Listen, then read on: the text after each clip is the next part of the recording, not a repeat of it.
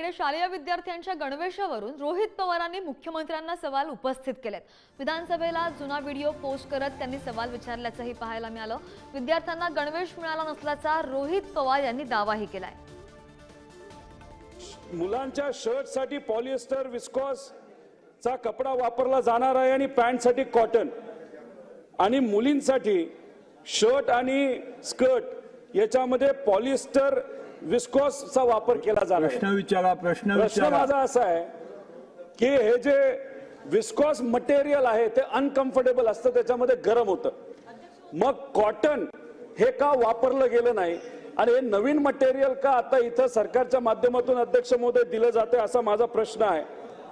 अध्यक्ष महोदय, याच्याबरोबरच अजून एक प्रश्न जो महत्त्वपूर्ण आहे तो म्हणजे हे जे कपडे आतापर्यंत पोहोचायला पाहिजे होते ते कधीपर्यंत विद्यार्थ्यांपर्यंत पोहोचतील हे कुठेतरी आम्हाला सांगावं। तुम्हाला तेच सांगत आहे की शैक्षणिक व्यवस्था ही फक्त आता बिझनेस व्यवस्था या सरकारने करून ठेवलेली आहे।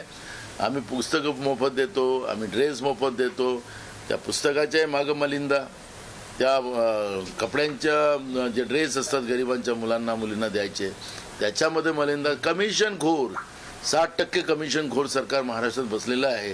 तर त्या 60% कमिशनामध्ये हे सगळे प्रमाण आपल्याला पाहायला मिळणार आहे।